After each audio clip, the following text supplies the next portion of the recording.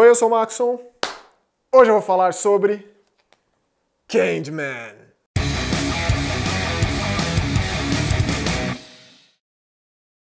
Nova publicação da Dark Side Books aqui no Brasil. Candyman, que é um conto originalmente chamado The Forbidden.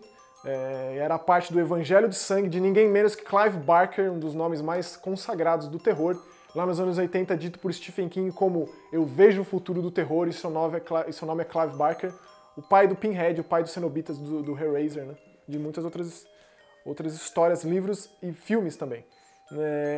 Isso aqui veio meio que no embalo do Jordan Peele ter retomado a franquia Candyman, originalmente lançada lá em 92 nos cinemas. Ele quer resgatar o personagem e a história. Ele não vai fazer nenhum reboot, nenhum remake. Ano que vem vai sair uma continuação. Já foi anunciado o diretor, já foi anunciado quem vai viver o Candyman, mas vai ser tipo uma continuação do filme original. Que é muito legal porque tem muito potencial. Infelizmente a saga de filmes não explorou muito bem esse potencial, tanto que só rendeu 3 filmes, e o 2 é bem mais ou menos, e o 3 é uma porcaria completa. Então aqui no vídeo eu vou falar sobre a trilogia, digamos, né, os 3 filmes, vou falar sobre o conto e sobre as diferenças para o filme original. Né? Aqui na história a gente acompanha uma pesquisadora de faculdade, Ellen, lá da Inglaterra, pesquisando sobre pichações. Então ela vai até uma vizinhança de periferia, e aí ela estuda a arte de rua, né, e aí as pichações desse lugar. E ela conversando com os moradores ali da região, ela fica mais próxima de uma moradora chamada Anne Mary, alguma coisa assim. E aí ela cria não vou dizer amizade, mas ela conta coisas pra ela com relação especialmente a um assassinato. Então gira em torno disso, né, não deixa de ser uma lenda urbana, porque aconteceu mesmo, ela vai atrás de tirar prova disso, e aí esses moradores na boca pequena, no boca a boca ali, eles levam essas histórias horrorosas pra frente, né. E aí ela se depara, numa dessas investigações, numa dessas visitas a essa vizinhança, com um rosto. Ela entra num quarto aberto e tal, mas abandonado, um rosto na parede que faz da porta a boca. E ela fica impactada de uma maneira muito marcante por esse rosto. E aí ela, conversando com essa vizinhança, ela vai descobrindo sobre esses switches to the switch, né? O doces para um doce, switch to the switch pichados na parede. E aí gira em torno disso, né?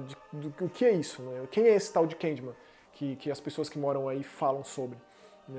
Ele é o assassino? Ele é uma lenda? Tipo, não se sabe quem assassinou essa pessoa no banheiro público ou essa criança aí na vizinhança. E tipo, basicamente sobre isso e sobre a descrença, né? A partir do momento que ela não acredita nisso, que ela passa a duvidar disso, essa figura aparece.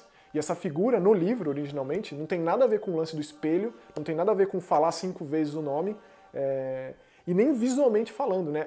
Todo o lance de racismo, de questões raciais, da xenofobia que existe no filme original, da periferia mesmo, assim, não tá nessa história. O próprio visual do Candyman é bem diferente.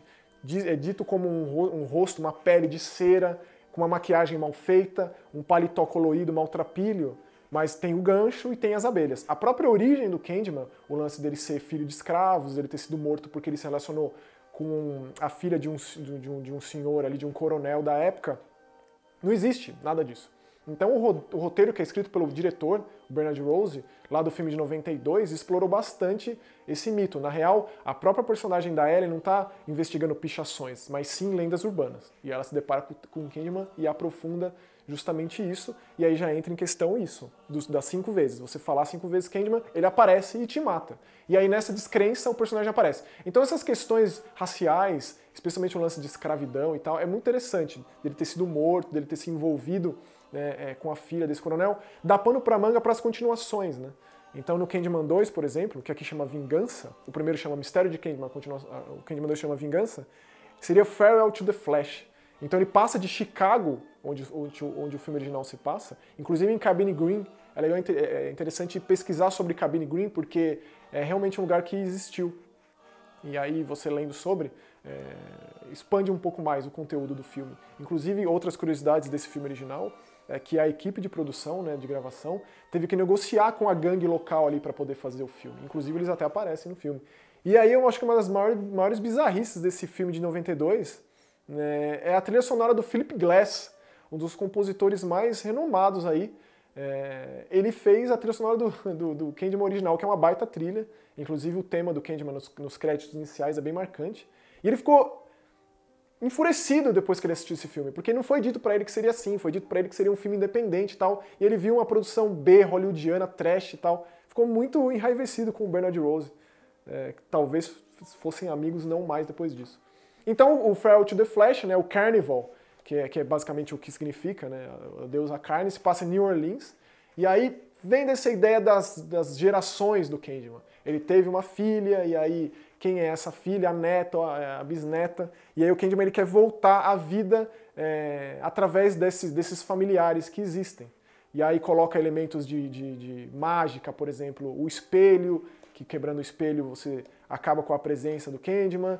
O terceiro filme também expande essa ideia, também é uma outra parente dele, com uma galeria de arte, aí o ponto fraco dele são as pinturas, porque essa nova personagem ela quer que ele seja lembrado, o Daniel Robitaille, ele quer que ele seja lembrado pelo artista que ele era e não pelo assassino dos mitos, das lendas.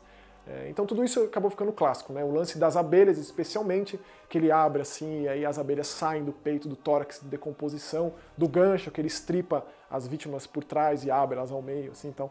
E o Tony Todd, ele, na verdade, foi o que fez esses filmes serem destaque. Eu acho que é o grande lance dos filmes, que faz valer a pena, apesar de tudo, o 2 e o 3. Porque eu acho que ele tá muito bem. Ele colocou uma sensualidade no personagem, até uma cordialidade no personagem ali, uma presença, ele é um cara bem alto. Então, uma outra curiosidade, era pra ser o Ed Murphy, o Candyman, ele já tá meio que decadente ali, mas ele era muito baixinho pra fazer, o Tony Todd acabou pegando por isso. Então ele tem uma presença muito, muito marcante, assim. Então eu acho que diz respeito ao personagem originalmente criado pelo Clive Barker, que teve envolvimento com os 2 primeiros filmes, sim. Ele foi produtor executivo deles, aí no terceiro ele já saiu fora, como ele fez com o Hellraiser e tal. Mas é isso, assim, pro futuro, eu acho que tem muito potencial. Ainda mais o Jordan Peele, né, que tem feito filmes extremamente críticos, do ponto de vista de sociedade e tal. Então eu acho que pode ser muito bom. Eu acho que é um personagem que merece ser resgatado, merece uma nova chance no cinema, porque ele tem apelo visual e apelo de mitológico, assim. Então, estou muito ansioso pro Candyman do ano que vem, e recomendo muito vocês darem uma olhada nesse lançamento aqui, até porque ele é muito bonito. Eu vou folhear um pouco e vou botar aqui do lado para vocês darem uma olhada. Ele tem um acabamento meio especial, como é característico da Dark Side Books. Então é isso aí. Valeu!